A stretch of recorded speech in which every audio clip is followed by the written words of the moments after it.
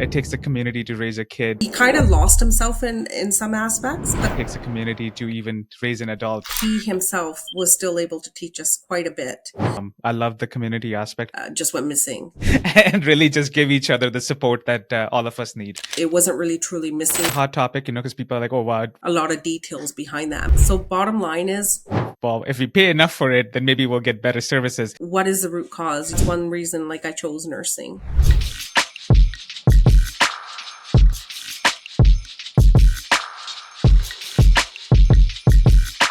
Sat Sri Akal, Namaste, hello and welcome to the Truth Tribe Show.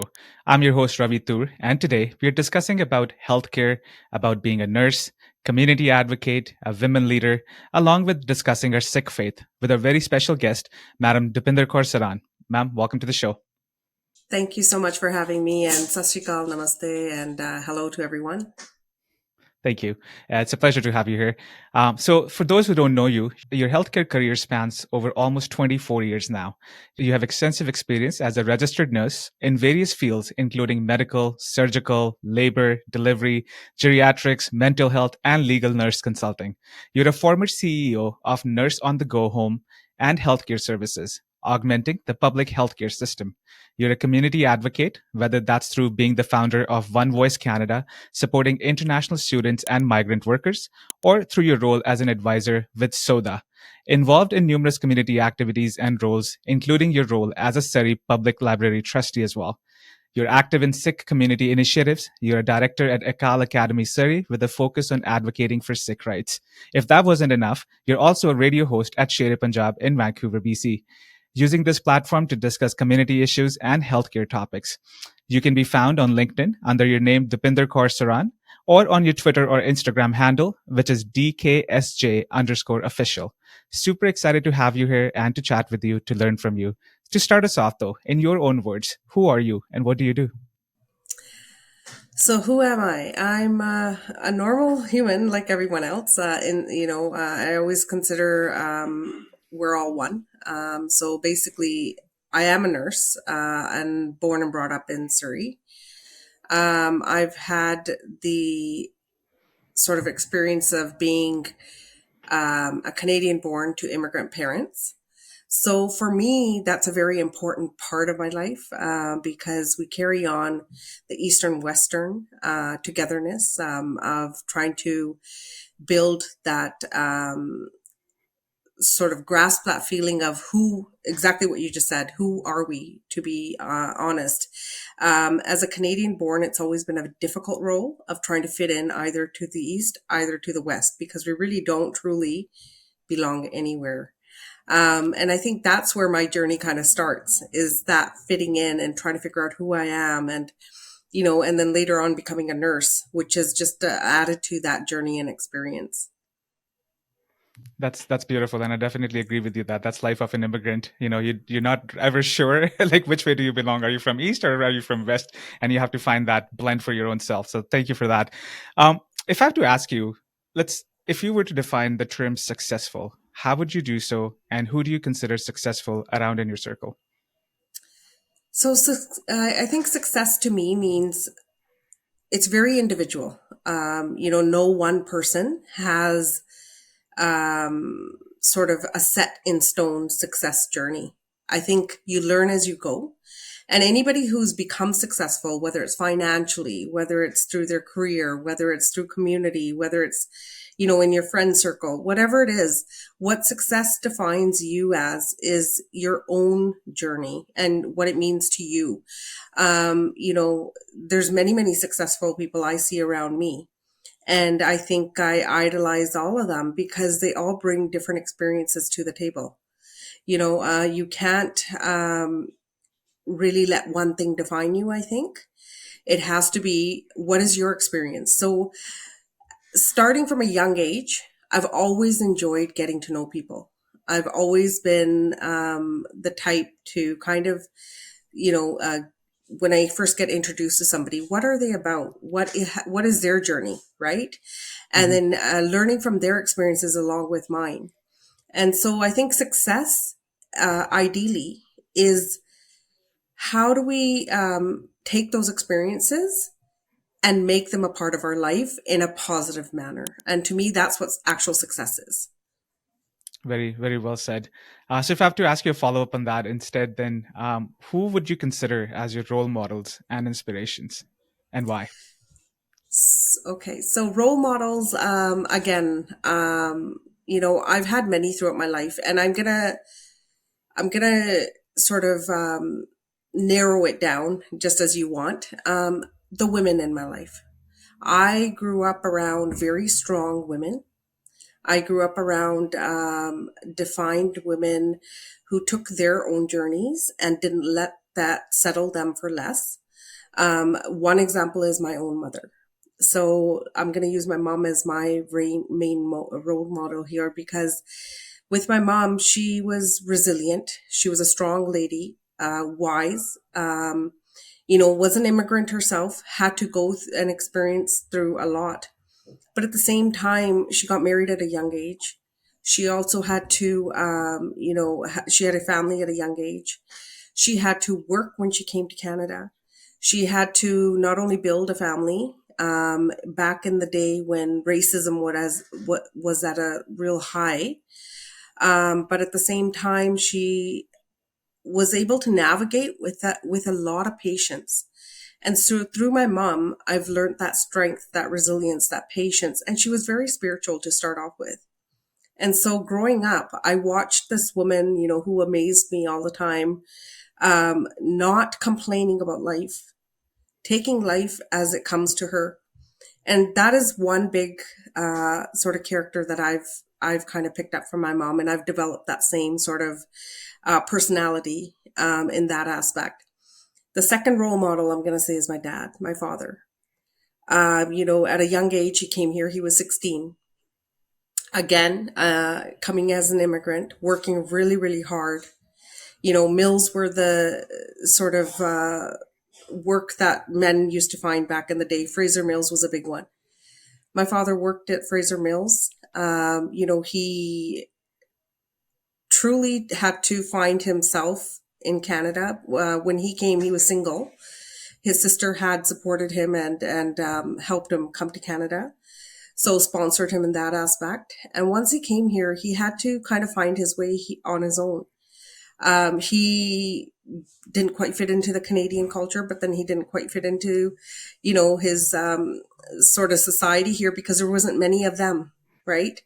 So Hmm. there wasn't many South Asians at that point. There wasn't many Sikh families or Punjabi families at that point. And so he had to really make a lot of friends with um, the Caucasian group. And doing that, he kind of lost himself in some aspects, but then um, there was a lot of family trauma that happened around after the time my mom married him as well. So when my mom came to Canada, our family went through a sort of a traumatic incident.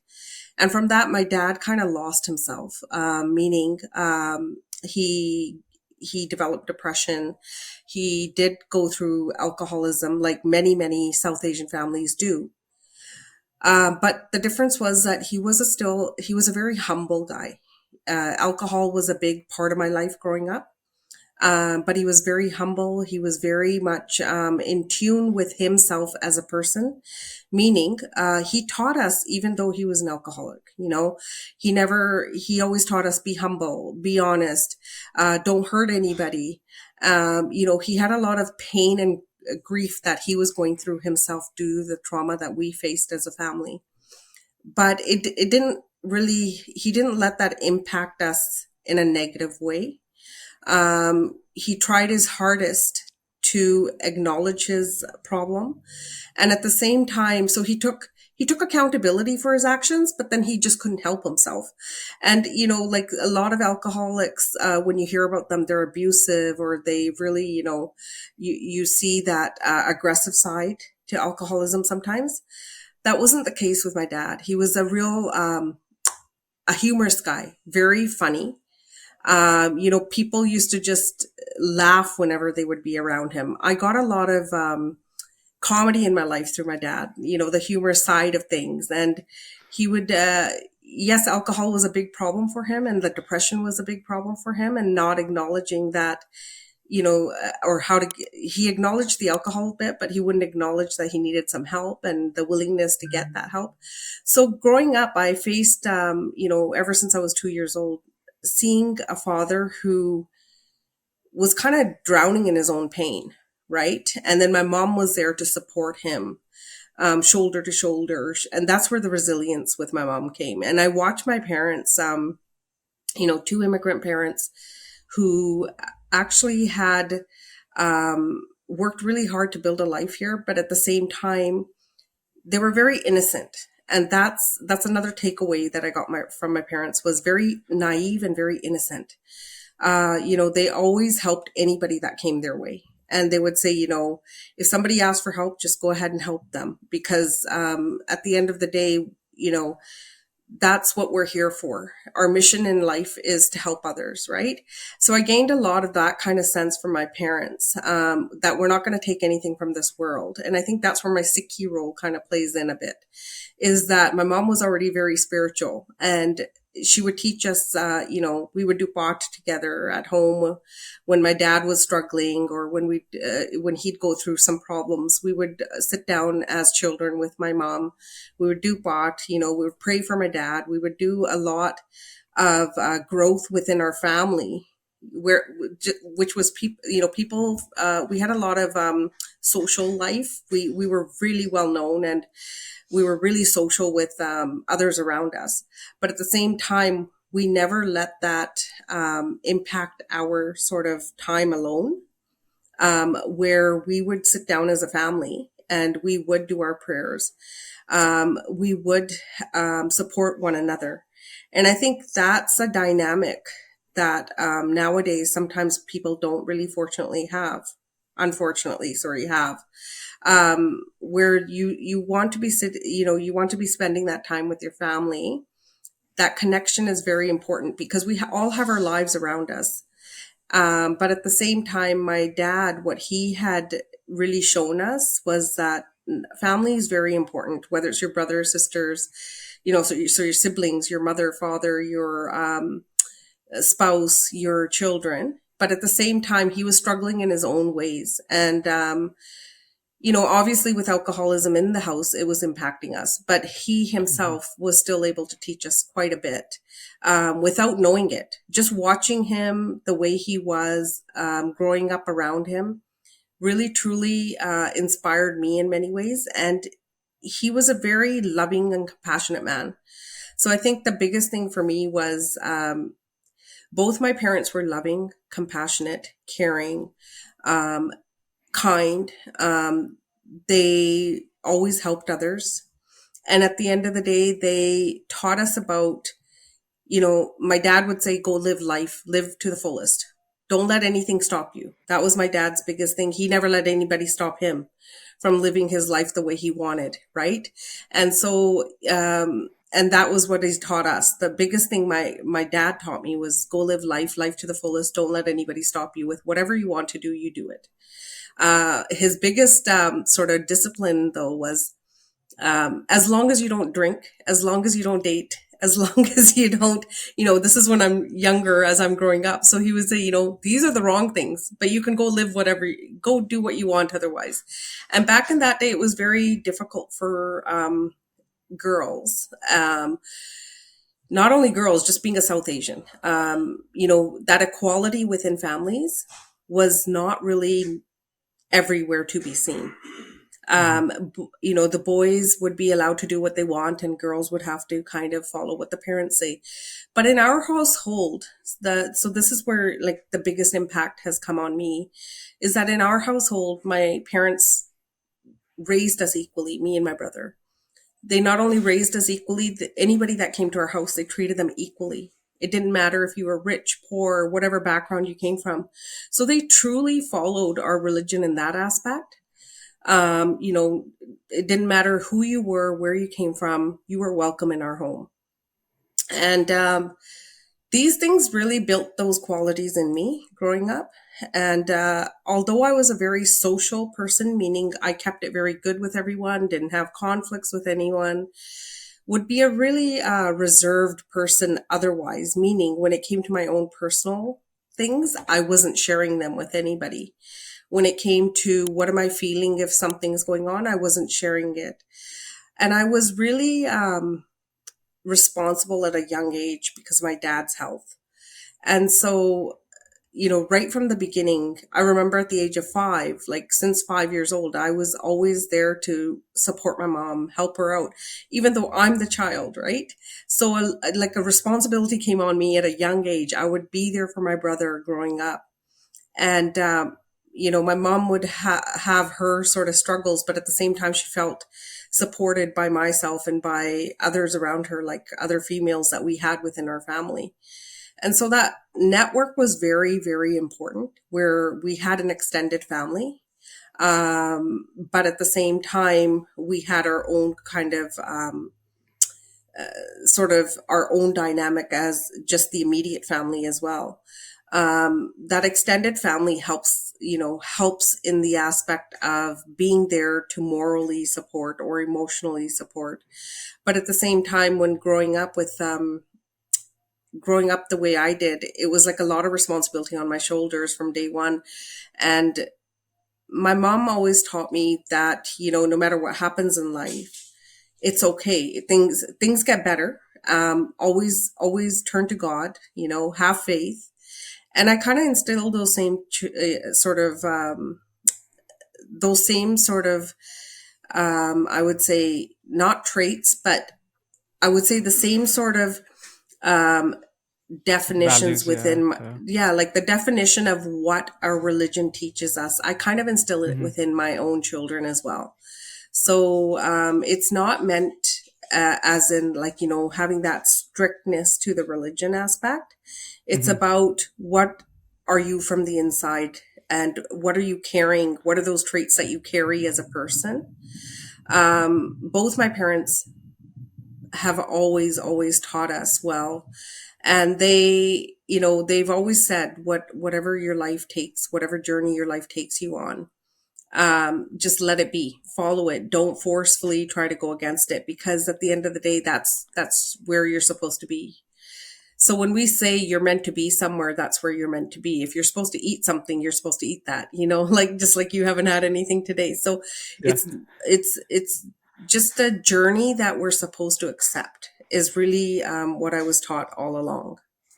That's beautiful. That's a lot of good stuff that you sort of touched on. A lot of points that I kind of wanted to unpack as well. I love the community aspect because I think sometimes we lose that and we think about ourselves. There's a saying that it takes a community to raise a kid. I think it takes a community to even raise an adult and keep the adult sane and like make sure that you have the support around you at all times because it's that community aspect that makes us humans at the end of the day.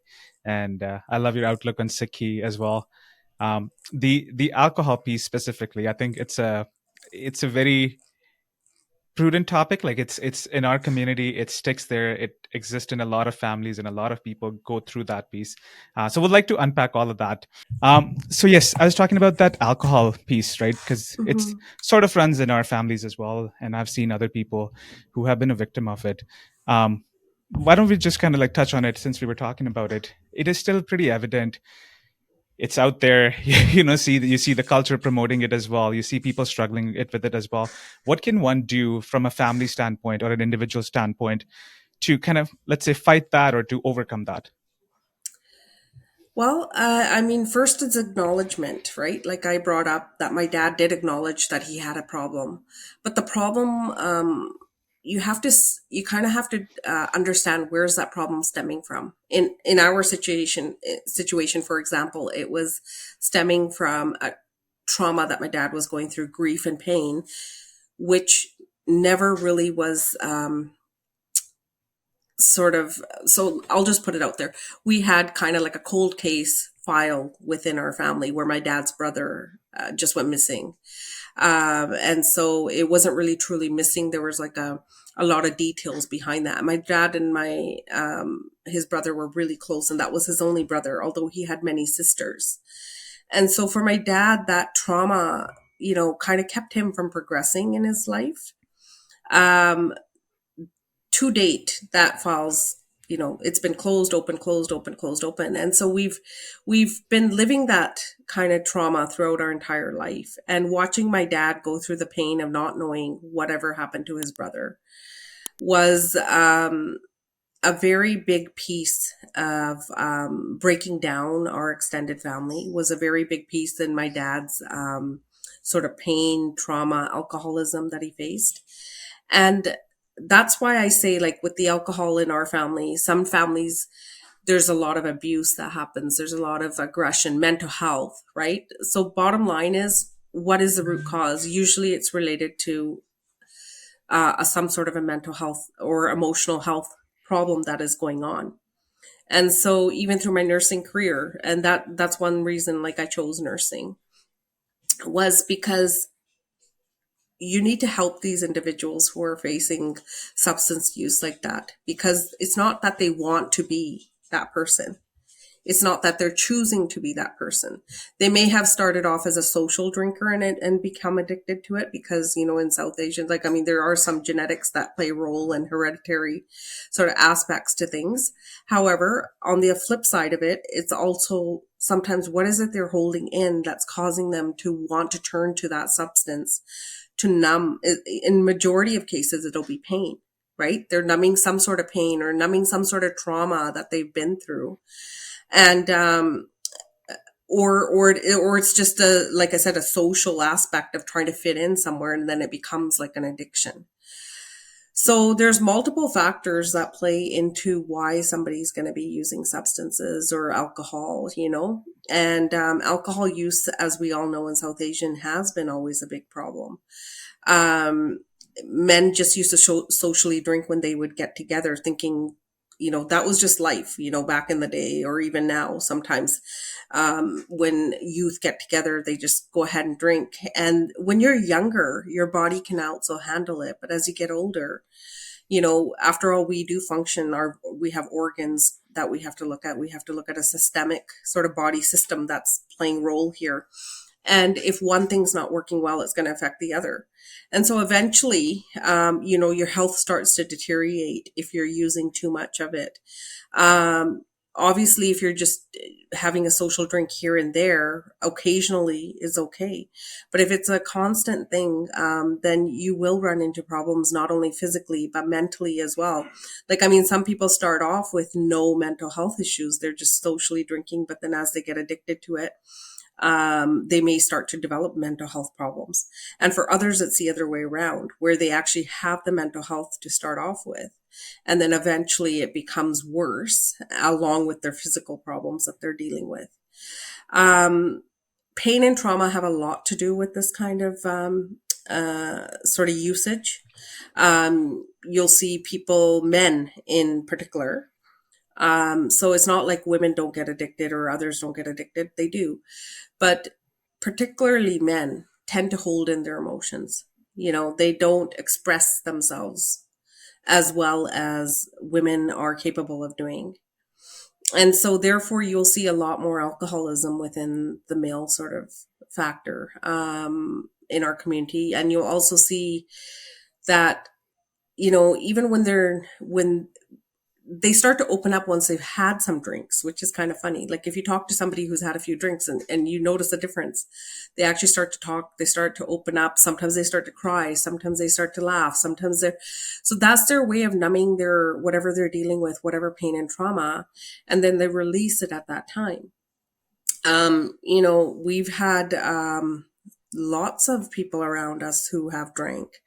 But some, like I said, are able to just do it on a social occasion, be healthy about it, and not have any problems. And others have turned into that addict, which really, instead of judging them, and this is the biggest thing I learned, growing up around my dad, is I have never judged anybody who drinks or does drugs or, turns to other substances. Because that there's something behind that character or personality that's getting them to that point. And what it is, it's really, truly, that's where counseling helps, because you're able to open up, you're able to talk about what it is that's affecting you. And you may not realize yourself what's driven you there, but with the support of others around you, especially professionals, you're able to get that to that root cause of what it is that's causing this problem for you, right? And Yeah. so Yeah. going from there. Yeah. So I think these are all big sort of factors that play into addiction. And our community now is starting to more and more realize that. But before, it was really judgmental. Like even growing up myself, I went through a lot with those around me who had healthy families. You know, their fathers weren't drinking or their fathers were drinking, very social. Comparatively to me or my brother, we would get judged just because our dad drank. And so I remember growing up, and like I said, I'm very vocal now. As a woman, I'm very vocal.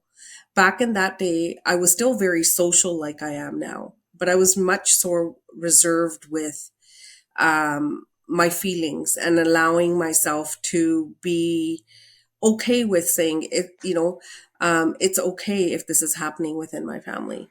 I didn't really get to that level of strength until my high school days. So through elementary, I was very quiet. I made friends, but I was a little bit more, I was social, but reserved, again, always afraid, like, okay, what if somebody finds out about my dad's drinking habits? What if somebody finds out we've had trauma in our past? How are they going to judge us? And my mom was the same way growing up. And I think that's where I picked up that quality in my early years was my mom would always worry about what others are going to think. And that's another big aspect in our South Asian community. What will others think? And Mhm. so it wasn't until I hit high school that I started to kind of realize it's okay, that question of your initial question of who I am actually came into play when I hit high school because I started to realize it's okay. It's okay if my dad's an alcoholic. It's okay if we've had trauma in our past. It's okay if I'm out there, and I'd have my friends come over all the time and they'd see my dad in a state of, when he's had his alcohol because he wouldn't harm anybody. He'd make us laugh. He would joke around with us. Yes, he'd fall over and and others would think like, oh, don't you find that embarrassing? Like your dad just felt, and I said, no, because that's not something he chooses to do.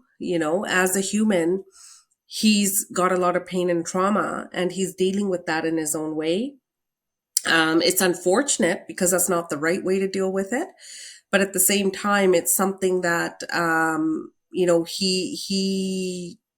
he really needs that support to know that I still consider you a father. I still consider you a good father, right? And so that support helped my dad always. Like me and him built a really good connection throughout our life. And he always loved me dearly because of that. He would always say, like, this is my Donnie D, like she's a very good girl, right? And he would go around praising about me to others, like I have such a good daughter and um, and the funny thing is, he wouldn't say too much about my brother, but at the end of the day, my brother would get kind of annoyed with that. Like, why is dad always talking about you, not me? But this is the relationship I had with my father because I started to learn that it's okay. And I taught my brother the same thing. I said, you know what? It's okay if he's like that. But my brother was a little bit more different. Like he was different than I was in that he was still, as a boy, I guess, more hesitant as dad's drinking. I don't want to bring my friends home. But for me, it was like, hey, this is my family and and this is a part of my journey that's led me to where I am now is that acceptance part. Acceptance is a huge thing. In our families, a lot of people won't accept you for who you are. You sometimes don't accept yourself for who you are. And so basically in my journey, I did learn that acceptance is a big thing. Like you need to accept yourself, number one, and you need to accept those around you for what they are all about. Don't judge them. It's okay if your dad is an alcoholic. It's okay if you've got some trauma going on in your family or other problems because there is nobody perfect. Everybody has some sort of scenario going on. It's just a matter of Some people have bigger problems, others have smaller problems. And how do you look at it? How are you perceiving it as a human? And how are you supporting them? And so when my friends would come over, like we'd come in groups, right? And when they would come over, they loved hanging around with us, and they really enjoyed hanging out at my house, and enjoyed the time that we spent together.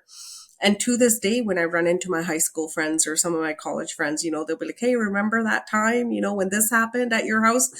So it's really important that I think youth, especially today, youth need to accept who their parents are. And also they need to accept what their life is all about. And that's why I like working with youth a lot, because to me, it helps develop them. It helps to teach them these sort of traits that I learned growing up that really made me successful in my life, or helped me out in my life, and help me become a resilient person, right?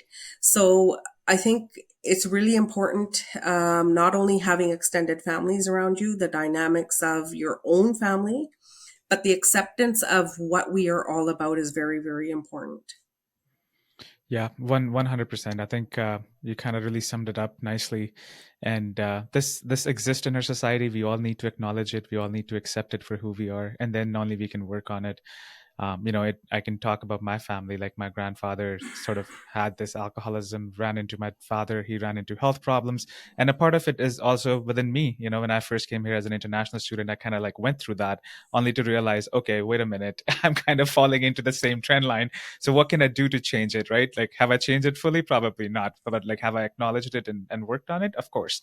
And I think, we all can stop judging each other for that and Hmm. really just give each other the support that all of us need, because I think that's a Right. part of it too, right? Like when you feel like, oh, this person is judging me, maybe I'm not good enough, maybe I'm not like worthy enough for XYZ, right? So you kind of go down that rabbit hole too.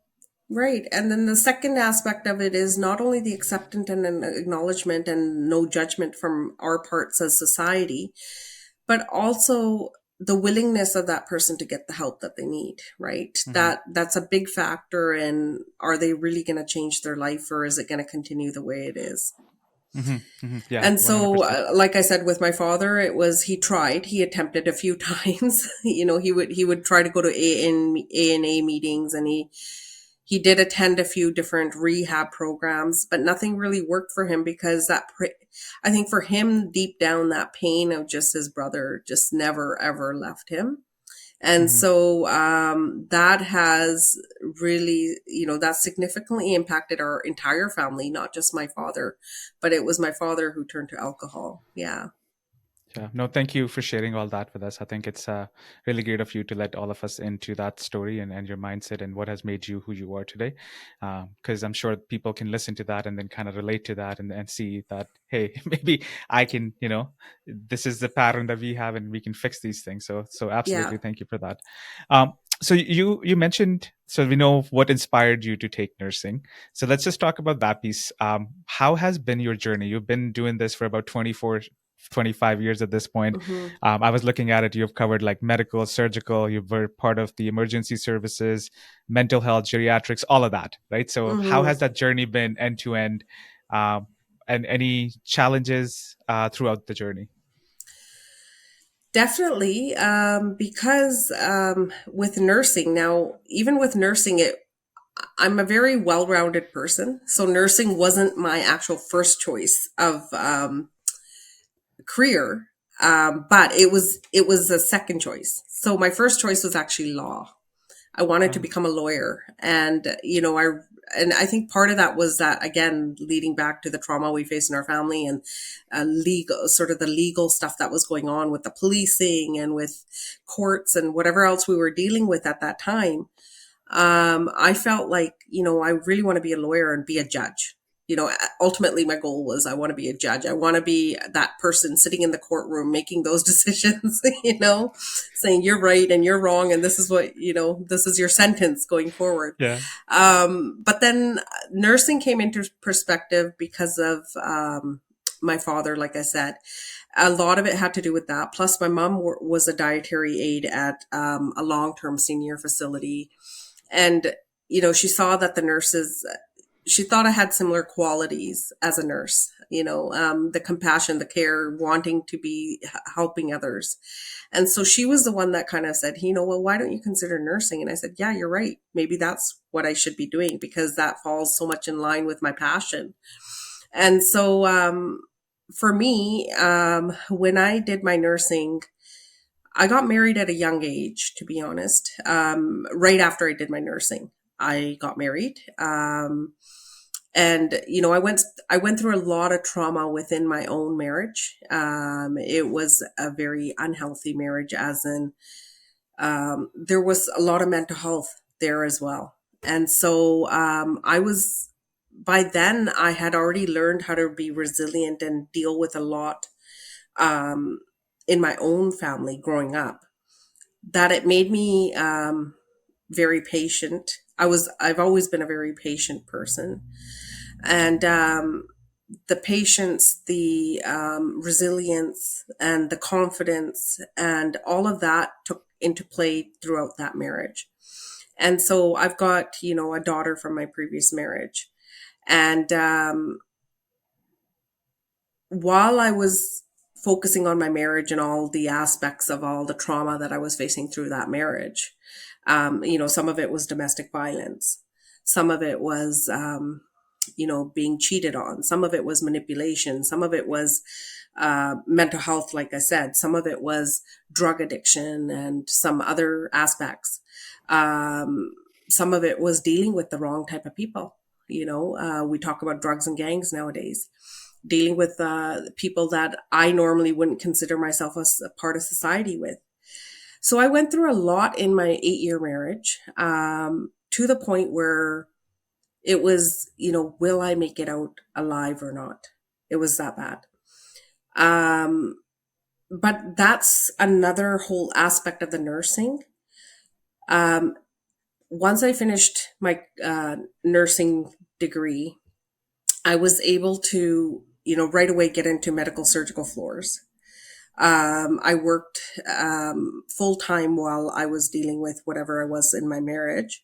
Sometimes I would work 2, 3 jobs at a time just so that I wouldn't have to face what I needed to do when I went home, with what I was dealing with in that marriage itself.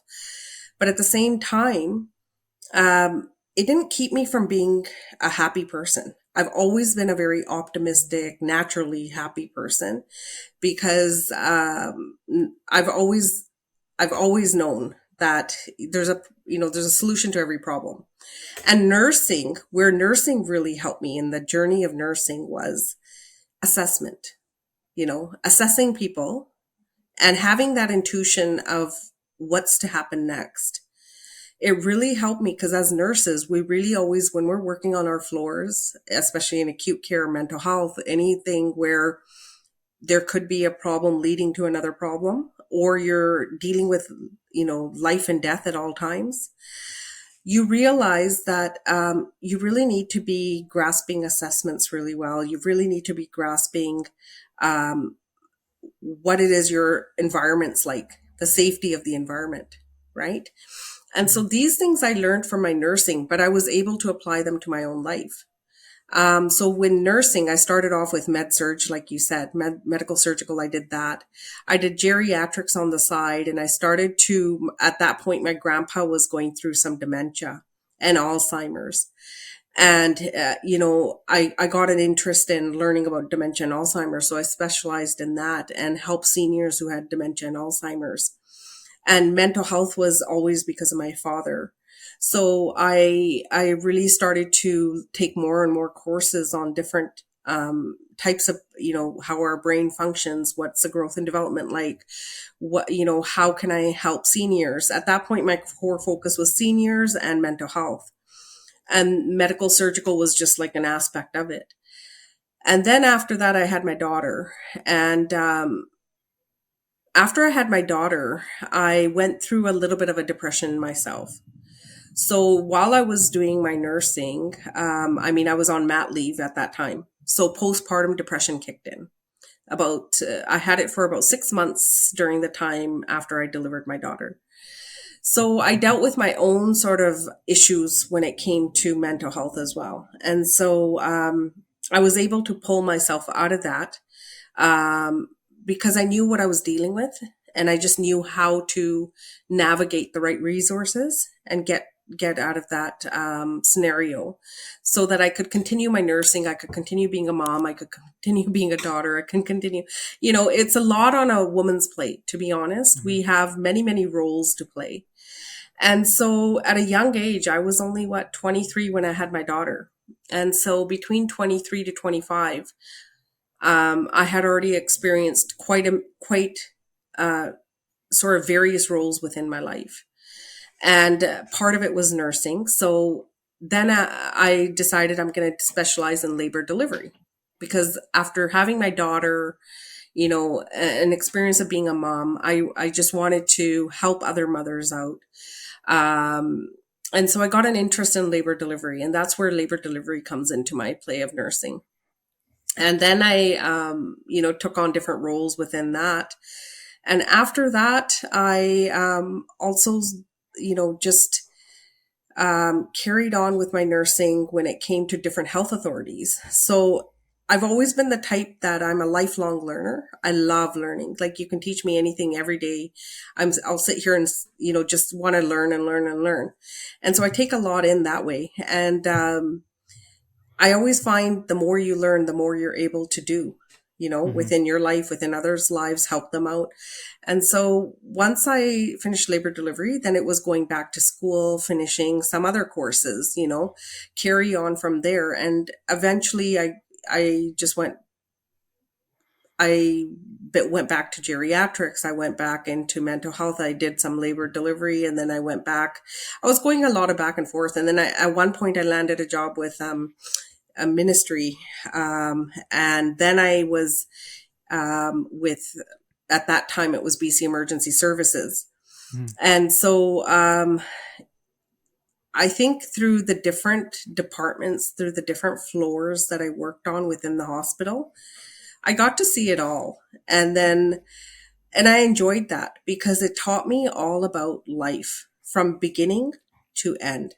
And I think that's where my nursing has really helped me progress and grow, is that and I would hear my family talk about me too, like later on in my later 20s, I would hear my family say, she's the type of person that can sit in any room and get along with everyone. She's the type of person that can, if there's a little baby that walks in, she's going to be a baby with the baby. If there's a youth that walks in, she's going to be a teenager with that youth.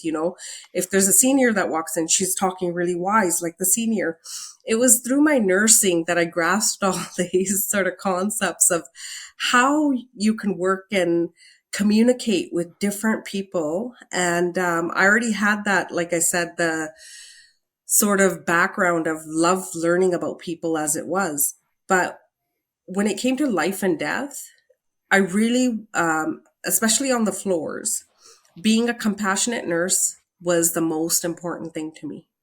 It would surpass the actual just hand out the meds and just do your patient care and leave for the day. I really got to know my patients. I really got to know their families. I really got to know what they're about. And through conversations, I was able to learn a lot more. I was able to help them a lot more. I was able to grasp a lot more resources that are out there. I was able to make more connections even in the community. And so that's where the connections of community start to play a role. And then some of it was, I was already doing some volunteering. And to me, I think being a well-rounded person is very important because it helps Mhm. you out in your life at a larger level. When you run into problems yourself, you know how to deal with them. Once I left my marriage, once I was able to actually leave that marriage for 4 years, I that's where my journey kind of changes. Because up until that point, I was always the good daughter, the good daughter-in-law, the good, you have so many expectations. You're a good nurse. You have to be a good mother. You have to. So there were so many expectations of me, and I tried to hold them all, right, to the best of my ability. And when you know that you have that confidence in you,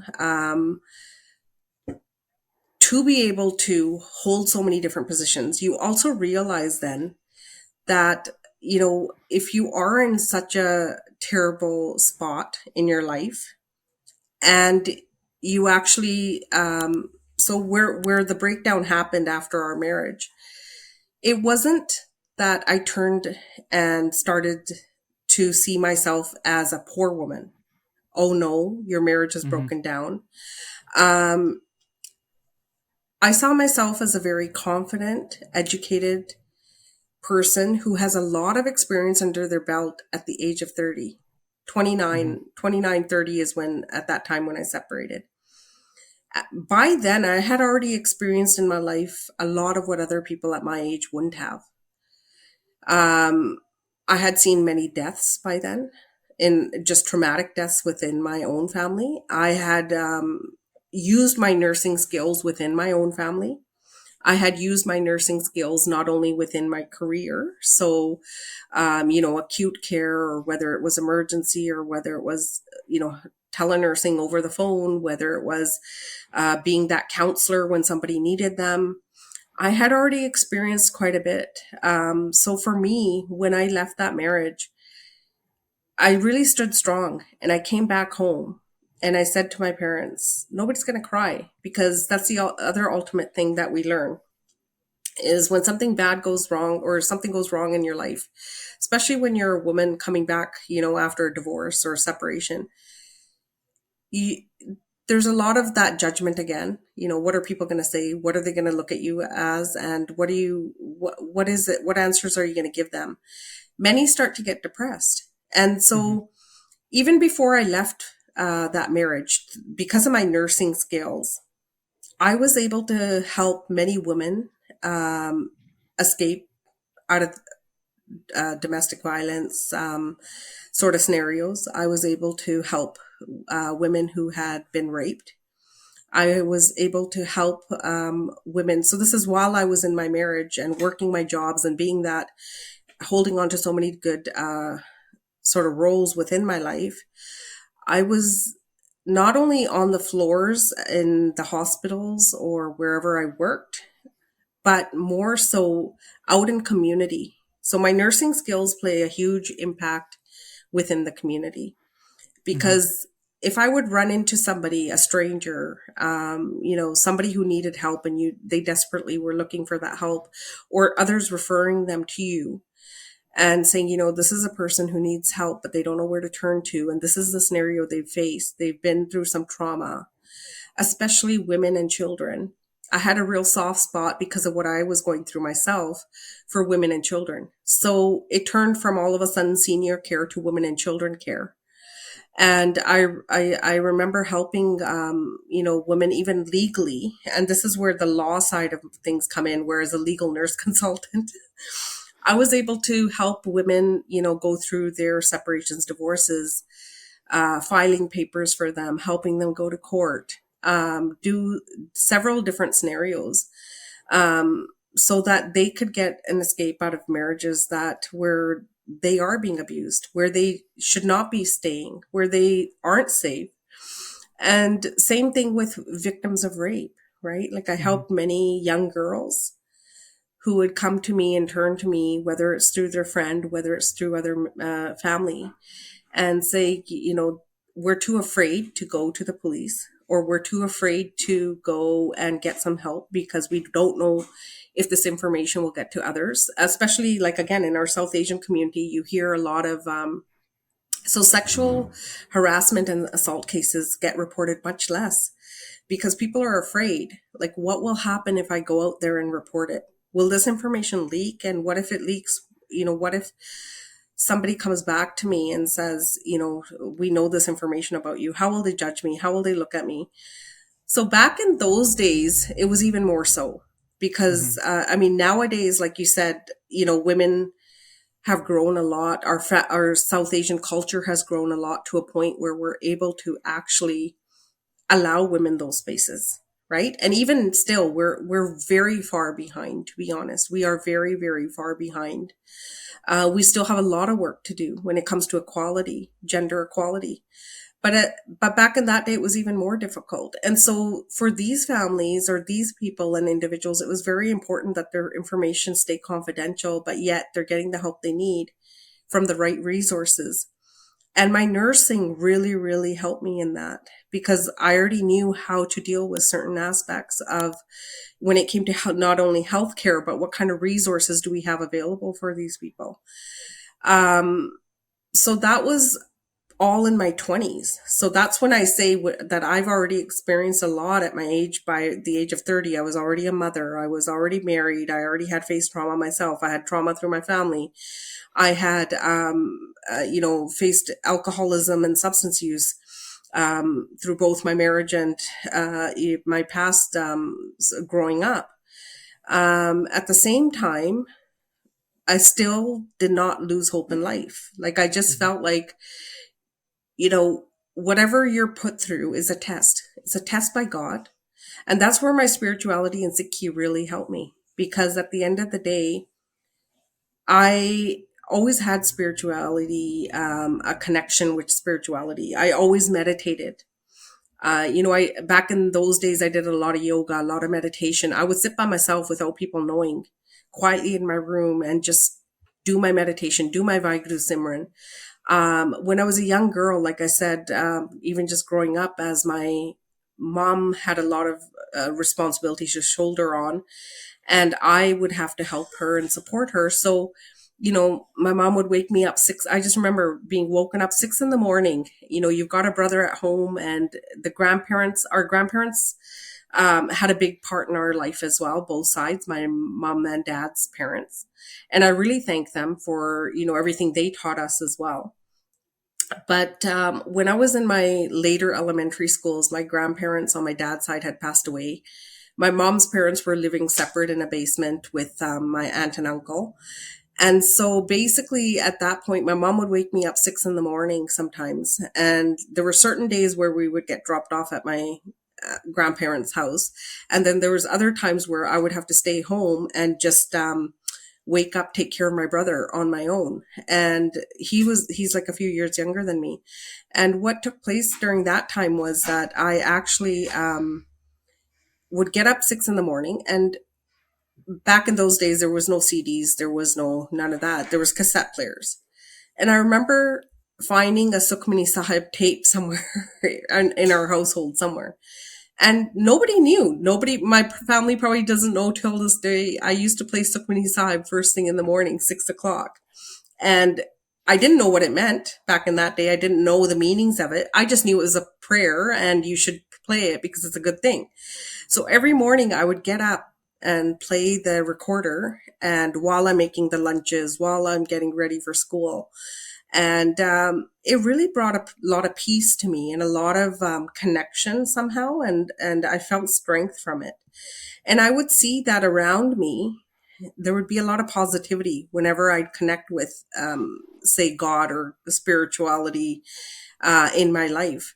And so how that played into my sort of next scenario is that it helped me in my nursing career, because at the end of the day, when a family is facing some sort of trauma or facing some sort of death or some sort of grief, some sort of sexual harassment, some sort of problem within their life, mental health, or even on the floors, if it's not something that they're used to going through, I can sit there and hold their hand, or I can sit there and meditate with them, and I can sit there and show them that, hey, this is what I used to do and it helped me. Let's see if it works for you. And I find a lot of the times it calms them down. A lot of the time they start to get strength from it and they actually like it. When my daughter was young,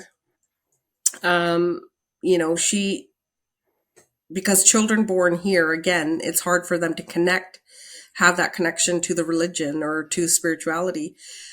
She would face a lot of anxiety because of me being a single mom and her having to, cope with a scenario where the parents are going through a divorce. I just taught her, there's God in everything. At the end of the day, there's God in everything. So if you feel that you just need to pick up a rock and that's helping you feel like there's faith and there's God, You do that. So she used to, when she was at a young age, my daughter would just pick up a rock that she was into rock collections. And so she would pick up her favorite rock and just hold it and just pray and just say, you know, God, you're with me. I have faith. I can do this. And so how I built strength in my daughter was not only through counseling myself, having her get counseled, extra counseling after school and within school while I was going through my divorce, while I was working nursing jobs, so that she felt like she has that connection of openly emotionally expressing herself. And I think that's very important in our life is how do we express ourselves in a healthy way? And then, you know, I'd find her in her room sometimes just sitting there with the rock and praying. You know, it was her source of strength. And so when I do my nursing, and I, you know, whether it's helping somebody save their life, whether it's helping somebody go through an sort of alcohol and drugs, sort of connecting them with others so that they can get past what they're dealing with. I always teach them, you know, do what works for you, as in that connection of spirituality and emotional health. Who is it that you feel most trusted around? Who is it that you feel that you can trust? Who is it that you have that connection with the most? Is it yourself? Because that ultimately, at the end of the day, we all must eventually connect with ourselves to have that strength emotionally. But in order to work your way to that, you have to go through others. You have to get the help of others who you trust. And so, I don't know, I just naturally, I've been able to help a lot of people that way. That's all I'm going to say is that I've been able to help people gain faith back in themselves, gain confidence back in themselves, help them mentally get stable again because of all the experience I've had. Hmm. The journey that I've had, I've been able to use it on others. And nursing has, yes, helped me in a big aspect. But as we see when we walk into hospitals and when we walk into trauma rooms, the nurses are so busy doing, you know, what they're supposed to be doing. There's an aspect that you have to kind of step back from when it comes to the nursing side of things. Like you have to there's compassionate nurses tend to do this.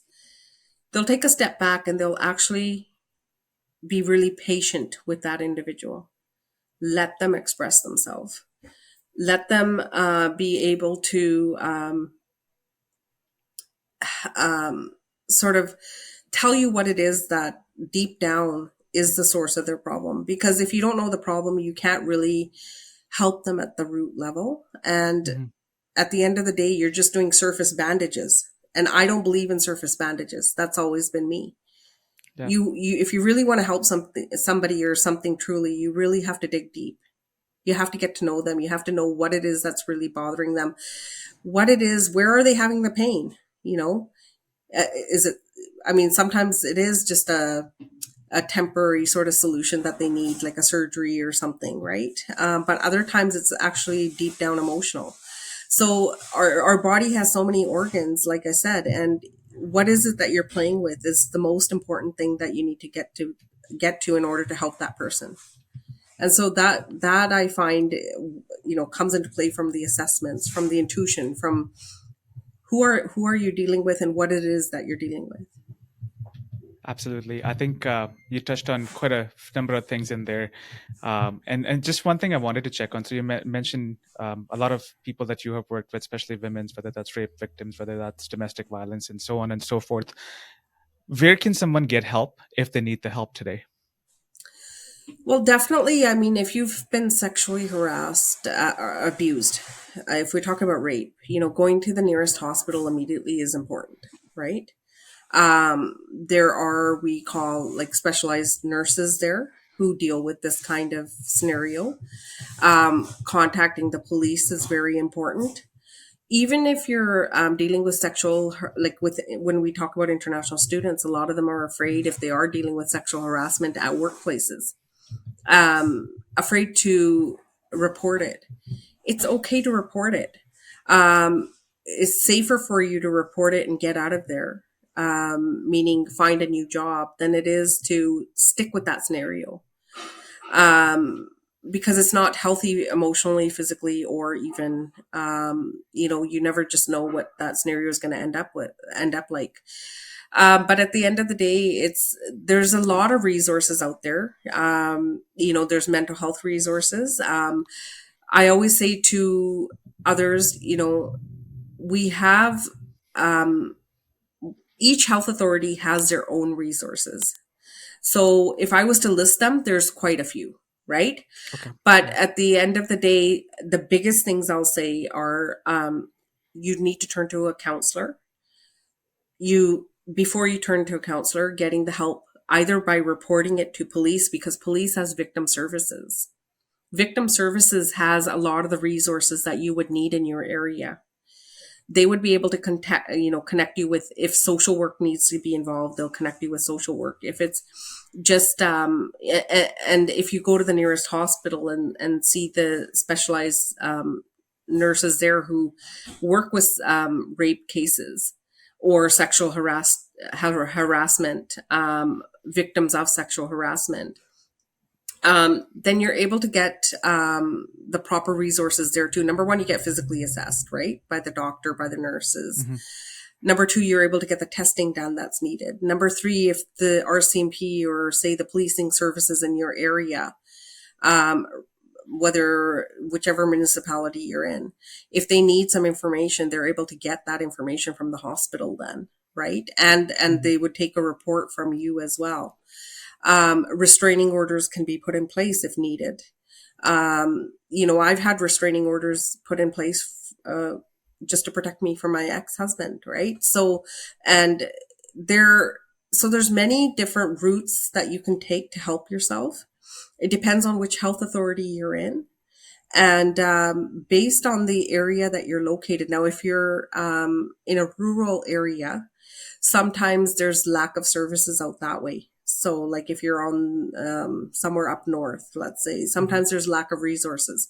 But it doesn't mean you can't get the help you need, because there's a lot of resources we can access online now. There's a lot of resources we can access through phone calls, through video conferencing, through, sometimes setting up appointments and having the individual come to where you are, or you going and visiting them. There is several different resources out there. There's 811 as well. 811 is a provincial sort of BC line. That's one of the jobs I've had. So working at 811, where anybody can call and get a resource they need. And if it's a scenario such as sexual harassment or abuse that's happened, then they will put you in touch with the right resources as well, right? Yeah. Um, Involving a counselor is very important, because you may not notice the trauma at that time or the shock of it, but post-traumatic stress disorder tends to affect a lot of victims. And it's really important that getting that help as needed, so that again you can express yourself in a healthy way, instead of turning to substance use, instead of becoming depressed, instead of having some mental health issues happening. um, and support from groups that deal with sexual harassment. So like group activity, group talking.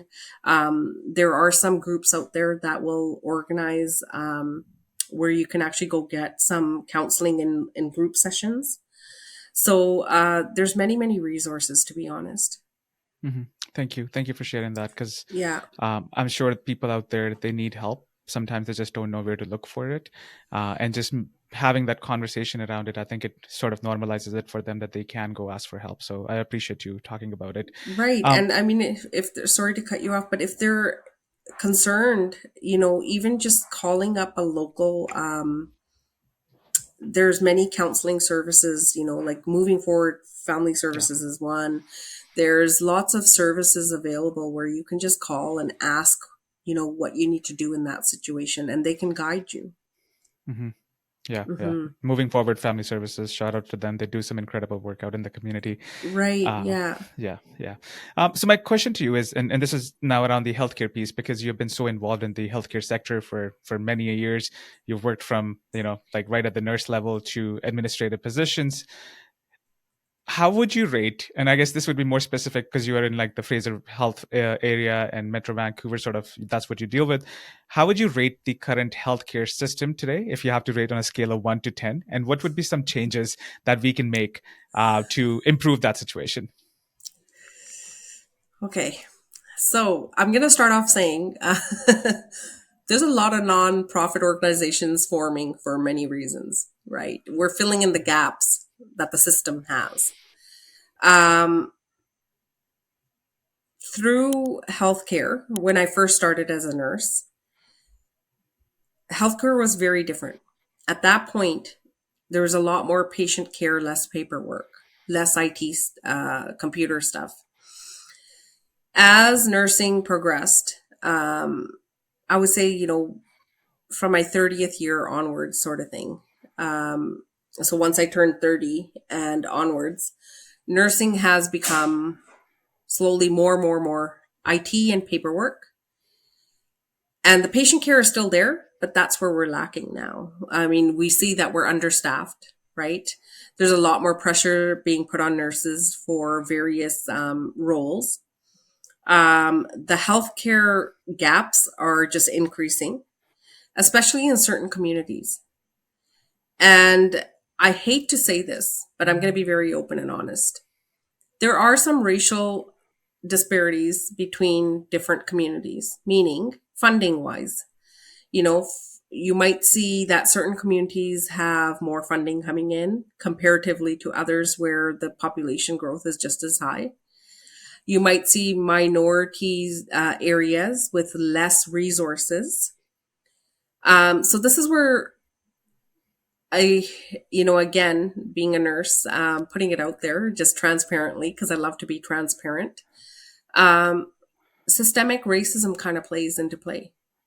There's a lot of, and some people might defend that, but I honestly, watching nursing over time period and watching the healthcare system over time period, I see the gaps, and you see the system, the way it's running, and you see where the funding is being used. And, that comes with time and experience as well, that you realize that there's certain areas and pockets where there's not enough resources for people. There is a lack of um, not only doctors and nurses right now, but there's a lack of actual system in that area, infrastructure, Mm-hmm. right? So basically, with me, when I first started nursing, I loved it. I loved nursing. And to me, back then I would rate it at like an 8, 9. Yes, there was problems in the system. There always has been. But back then I was very content with the way the care was being done. I was very content with, what was happening around me. And as nursing kind of developed and healthcare has developed now, it went from 9 to 6 to now, I would say, I'm going to be very honest. I think I would rate it about a 4 or 5 right now, the way things Mm-hmm. are out of 10. It's quite bad out there. Um, how the system will change going forward, I don't know. I'm hoping it's for the better, but there's a lot of struggles and a lot of waits and a lot of, patients falling through cracks. Our seniors are falling through cracks. Our youth are falling through cracks. Mental health is not up to par the way it should be. And there is a lot more mental health focus now than there ever was before in healthcare. Mental health has always been a part of healthcare and aspect, substance use, mental health. There's a lot more focus on that side. Yes, I agree. But when I speak to youth out there or anybody struggling with mental health or substance use and they're trying to get help, they still really struggle as to where the resources are. They struggle as to where to turn to. They struggle as to who do I contact. And when you give them the resources, the connections aren't, the referrals can take time. So let's just say a psychiatrist, for instance. So if you're looking into psychiatry, you need a psychiatrist. There's a long wait for you to get a psychiatrist. There's like a year, 2 years. And so in between that time, what do these people do? who need to be assessed. And so now, like the fortunate thing is, fortunately, we are coming up with like Foundry sort of centers for youth. And, there's a lot of counselors stepping up and doing counseling for mental health out in the communities. So that is helping. It's a good, those are all good resources that we can turn to now. Um, and what I like about the Foundries is it's that holistic care, because that's really what's missing in the system, is that holistic care. When a person enters the hospital, you might go from one department to another department, but the connection isn't there. Meaning, if I go to the hospital today and I got an x-ray done, the doctor might not receive it on time, or if they receive it, you don't know about it. You don't know your results. And, the holistic care is really missing. Whereas previously in our system, you were kind of looked after from beginning to end. And so you were followed up with in the community once you left and discharged home. It was easy for you to come back and say, hey, I didn't get a phone call. I was supposed to receive a phone call from a nurse or from a doctor to follow up with me. And that hasn't happened. And now people are struggling. They really Mm-hmm. are. Like I get a lot of a lot of clients will turn to me and say, well, we got our test done. I have no idea who's got my results and I don't know what the results are and I don't know what to do right now. And I'm sitting here waiting. Or I get, people, like I said, mental health. I went to the hospital. I tried to get some help for mental health. They sent me back home. They told me to follow up with my doctor. My doctor's now on vacation. Or when the doctor comes back into the office, I'm only doing an over the phone conversation. I'd like to go see them personally. And who am I supposed to follow up with after the doctor? Like they just don't know. And even medication wise, like a lot of people are, you know, they're very confused because the system's changed with the medication side of things too. It's like some things pharmacy is doing and something the hospital's doing, some things your doctor's doing.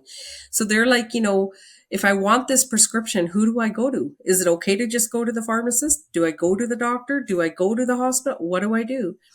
So even where I work with the 811 HealthLink BC, when we get phone calls, they're all over the map. Like literally, we get all sorts of phone calls. So, mental health, geriatrics, youth. We get those that are palliative. We get those that are facing some sort of injury or trauma, acute, emergency. So we really need to know how to deal with it at that time, immediately. And because of that experience as well, when people are able to turn to me, I'm able to direct them to the right resource and say, okay, this is where you need to go at this point. I understand the healthcare gaps are there, but if you maybe do this option, it might work for you. And in most cases, I've been able to help them. But that's only because I'm experienced as a nurse, right? Mm-hmm. And Mm-hmm. so a regular citizen or a regular individual in our community wouldn't know these things.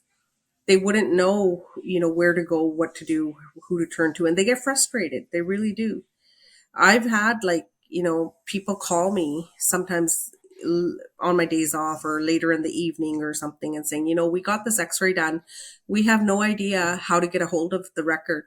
Our doctor doesn't have it. The hospital did it, but we don't have the result, but we don't know how to get it to our doctor. And the doctor says he doesn't know, he doesn't have it and he doesn't have privileges with the hospital. So how do I get my record? So we, like there's so many things in the system that are right now not up to par and not streamlined and not at a holistic level. That Mm-hmm. and my biggest thing is when I take care of people, I'd like to do it holistically from beginning to end, give them everything they need, follow up properly so that they're well taken care of. Yeah, yeah. So a question to that. So first and foremost, I think 4.554, it's like pretty bad rating if you think about a medical system being on that level. And obviously the progression has been downward trend, from 9 to now where we are. And a lot of work needs to be done. There's also this topic, and I think it's more prevalent in Alberta, not so much in BC, is privatization of healthcare. You being in that industry, what are your thoughts on that? So, as you know, I also tried to, I did open up a business myself, which was nurse on the go home and healthcare. Now, that was prior to COVID times. So, privatization, as we know, like I opened up my own home and healthcare company at one point. Eventually, you can get funded in those kind of scenarios, but and contracts sometimes with the government or health authorities. But the whole purpose of that was again to fill in the gaps. Privatization. Now, a lot of people get frustrated and they do go down to, I'm going to be honest, I've heard this through the grapevine that they do go down to the US and just get their care done there. They pay and they get it done. And, or some go back home to India, or other countries where they just need to pay and get it done. So privatization has its goods, advantages where the care can be done right away for you. And the follow up can be done quickly as well. So that part of it, yes, I think it's got its advantages. But the disadvantage to privatization, what I see is number one, um, it becomes competitive again with the public healthcare system, and then you're going to have these conflicts and competition and sort of the pull back and forth and the regulations, like how are we going to regulate the private sort of clinics. That's number one scenario. And number two, it is also about um, in the public healthcare system, because it's funded, you don't really have to obviously the cost is, you don't have to worry about the cost unless you don't have coverage, right? When it comes to privatization, the costs can go right up. So if you're, covered or not covered, it doesn't matter. As a private clinic, you're going to pay that individual to do what they're doing. And so what they charge is up to them, unless there's regulatory kind of body, around that boundaries as to how much somebody can charge for a certain type of care that they're doing for you. Um, Privatization also can lack care on its own as well. Because just like we see, in most cases, everything's regulated within the systems, but just like how we see for immigration, let's say, I'm going to give you an example. Immigration's never been fully regulated. Immigration, when it's happening, people can go hire a consultant, do what they want. A lot of exploitation is happening that way. A lot of negative is happening that way. So in order with privatization on the healthcare, I'm not saying that people will get exploited. That's not the case. But the point is that if it's not regulated properly, there will be problems within the system, as in people can charge what they want. You might not get the care, the quality of care that you need. That's the biggest factor is in private sort of clinics, the training, the way that it's given to you in the public system may not be implemented that same way. So that is a big downfall. So unless you have somebody who's very experienced and is training, their staff well within that clinic or within that private sort of setting, it becomes a problem. Now we see that already with senior home care. So just like we see with private colleges comparatively to the public institutions, same thing with the private senior home care. There's a lack of care comparatively to the public system. In the public system, the staff has to stay up to par to certain training, has to stay up to par to certain standards of care. In the private system, that's not always the case. They sometimes lack on giving that training. They sometimes lack on properly orientating individuals, right? So these things play a big factor into private versus public. There's disadvantages and advantages to both. Right now, we're seeing lots of gaps and concerns in the public healthcare system. We are, but it's not really the training or the healthcare itself. It's more that we're understaffed, the streamlining of the systems. It's a different type of problem that we're facing and gaps that we're facing in healthcare in the public system right now. That's wonderful. Yeah, because I think it's a hot topic, because people are like, oh wow, well, if we pay enough for it, then maybe we'll get better services. But I think what we really need is like sort of like a hybrid model where we Hmm. do have some sort of regulation into it, but at the same time, I think we do need some support from somewhere Hmm. else to kind of fill in those gaps and like really pick up the slack that's been around. Right. No, but like, but at the end of the day, I think that's really where the beauty of it is, right? Because you have the experience. You were the one who spent 25 years. You were the one dealing with people, and these are really relevant topics. Like everything that you've covered so far in terms of like domestic violence, alcoholism. It's very evident in our society, and I think we need to talk about it. And coming from somebody who's experienced it and can share their story and share the journey of others along, I think that's really what I want to put out there. So I think, Right. Yeah. yeah, And I I think think it's it's. important because Mhm, people need to recognize, like you said, even though there's successful people or there's people that are doing certain things out there who are well known, that they have been through trauma and certain things themselves, right? That's where the beauty lies, is that mhm, this is what I always say to everybody. Nobody is problem free in their life. yeah. Some face a lot and some face a little bit, but we all Mhm. face it.